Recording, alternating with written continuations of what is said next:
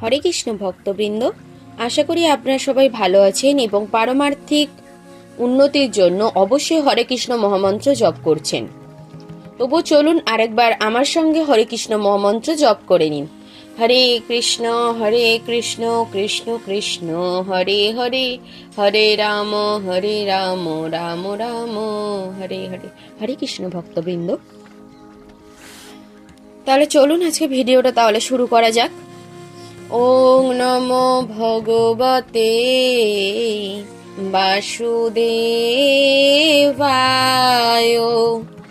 ওং নমো ভগবতে বাসুদেবায়।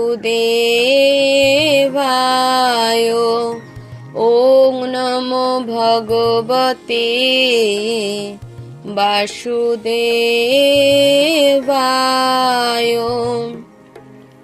শ্রীমদ্ ভগবদ গীতা তৃতীয় অধ্যায় কর্মযোগ, শ্লোক নম্বর 15। কর্ম ব্রহ্ম উদ্ভবং বিদ্ধি ব্রহ্মাক্ষর সমুদ্ভবম তস্মাৎ সর্বগতং ব্রহ্ম নিত্যং যজ্ঞে প্রতিষ্ঠিতম। বলছে কর্ম মানে আমরা যে নিত্য প্রতিদিন যে কাজ করে চলেছি সেটাকেই কর্ম বলছে। ব্রহ্ম মানে কি না, বেদ থেকে ব্রহ্ম শব্দটাকে নেওয়া হয়েছে। ব্রহ্ম বলতে এই অখিল ব্রহ্মাণ্ডকে বোঝানো হয়েছে। এই অখিল ব্রহ্মাণ্ডের যিনি সৃষ্টিকর্তা তাকেই বলা হয়েছে ব্রহ্ম। আমাদের বেদে বলা হয় যে ব্রহ্ম সত্য জগৎ মিথ্যা, একটা কথা আর কি খুব করে প্রচলিত আছে।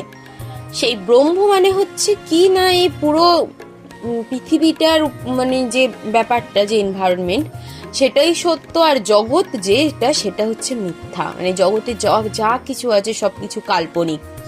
সম্পর্ক থেকে শুরু করে সমস্ত কিছু সবটাই আমাদের কল্পনা। আসলে আমরা তো এখানের কেউ নই, আমরা তো ভগবত ধামে ফিরে যেতে এসেছি।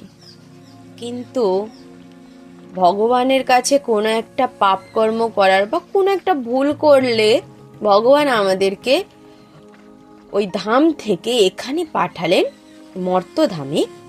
গোলক থেকে মর্তধামে আমাদেরকে পাঠিয়েছিলেন যে যাও তোমরা তোমাদের যে ভুলটা করেছো সেটা সংশোধন করে আসো। কিন্তু আমরা এই মর্তে এসে হারিয়ে গেলাম। বাবা মা, ভাই বোন, স্বামী সন্তান, সমস্ত কিছুর মায়া জালে মায়া দেবী আমাদেরকে বেঁধে ফেললেন। আর কিন্তু ভগবানের কাছে ফেরত যাওয়া আমাদের হচ্ছে না। তো একমাত্র উপায় হচ্ছে ভগবানের কাছে ফেরত যাওয়ার, যেটা হচ্ছে একমাত্র পারমার্থিক জীবন লাভের মাধ্যমে, হরে কৃষ্ণ মহামন্ত্র জপের মাধ্যমে, বিভিন্ন গীতা, উপনিষদ বা ভাগবতম এইসব কিছু শ্রবণ বা পঠনের মাধ্যমে, নিরামিষ আহারের মাধ্যমে আমাদেরকে সেই ভগবানের কাছে আবার ফেরত যেতে হবে। কিন্তু কজন আমরা করি বলুন তো? কেউই করি না। আমরা এখানে এসে আমাদের নিজেদের সম্পর্কগুলোকে এত গুরুত্ব দিয়ে ফেলি যে আর ভগবানকে গুরুত্ব দিতেই ভুলে যাই। ভগবানের জন্য আমাদের হাতে একটুকু সময়ও থাকে না। উদ্ভবম মানে কি? উদ্ভূত। বিদ্ধি মানে জানবে। ব্রহ্মবেদ, অক্ষর হচ্ছে পরম ব্রহ্ম। অক্ষরকে পরমেশ্বর ভগবান বলা হয়। সমুদ্ভবম সম্যক রূপে প্রকাশিত। তস্মাৎ অতএব সর্বগতম সর্বব্যাপক ব্রহ্ম নিত্যম নিত্য যজ্ঞে প্রতিষ্ঠিত। এটার মানে করলে দাঁড়াচ্ছে যে যজ্ঞাদি কর্ম থেকে উদ্ভূত হয়েছে এবং বেদ সম্যক রূপে প্রকাশিত হয়েছে অক্ষর বা পরমেশ্বর ভগবানের থেকে। অতএব সর্বব্যাপক ব্রহ্ম সর্বদা যজ্ঞে প্রতিষ্ঠিত আছেন।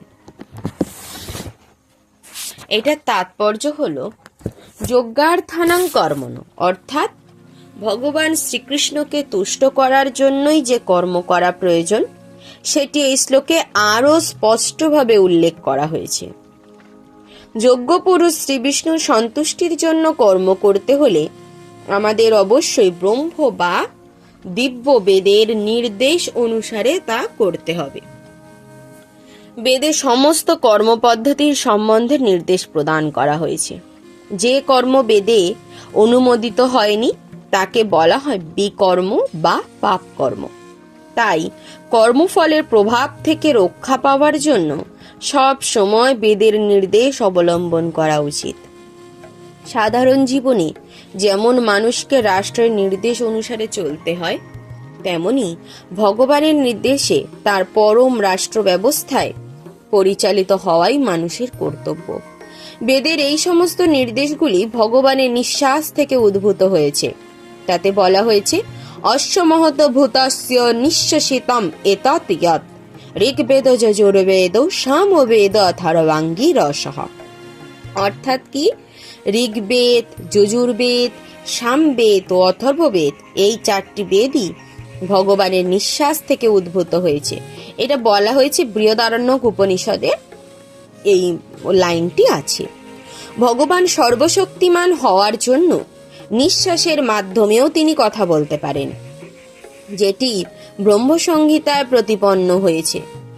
সর্বশক্তিমান ভগবান তার যে কোনো ইন্দ্রিয়ের দ্বারা অন্য সব ইন্দ্রিয়ের কাজ করতে পারেন।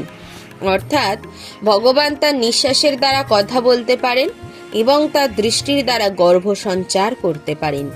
প্রকৃতপক্ষে ভগবান জড় প্রকৃতির প্রতি দৃষ্টিপাত করেন এবং তার ফলে সমস্ত বিশ্ব চরাচরে প্রাণীর সঞ্চার হয়।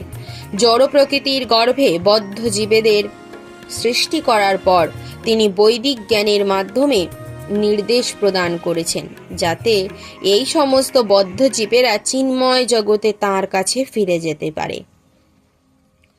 আমাদের সবসময় মনে রাখা উচিত যে এই জড় জগতে প্রতিটি বদ্ধ জীবই জড় সুখ ভোগ করার জন্য উদ্গ্রীব, কিন্তু বৈদিক নির্দেশাবলী এমনভাবে রচিত হয়েছে যাতে আমরা যেন আমাদের বিকৃত বাসনাগুলিকে পরিতৃপ্ত করতে পারি, তারপর তথাকথিত সুখভোগ পরিসমাপ্ত করে ভগবত ধামে ফিরে যেতে পারি।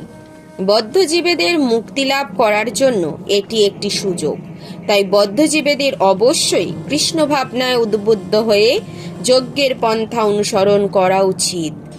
এমনকি যারা বৈদিক নির্দেশ অনুসারে জীবনযাপন করতে পারে না, তারাও কৃষ্ণ ভাবনার আদর্শ অবলম্বন করতে পারলে বৈদিক যজ্ঞ সম্পাদনের সুফলগুলি প্রাপ্ত হবে। হরি বল।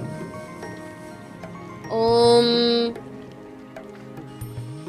ওম সর্বে ভবন্তু সুখিনা, সর্বে সন্তু নিরাময়া, সর্বে ভদ্রাণি পশ্যন্তু, কশ্চিৎ দুঃখম আপনুয়াত।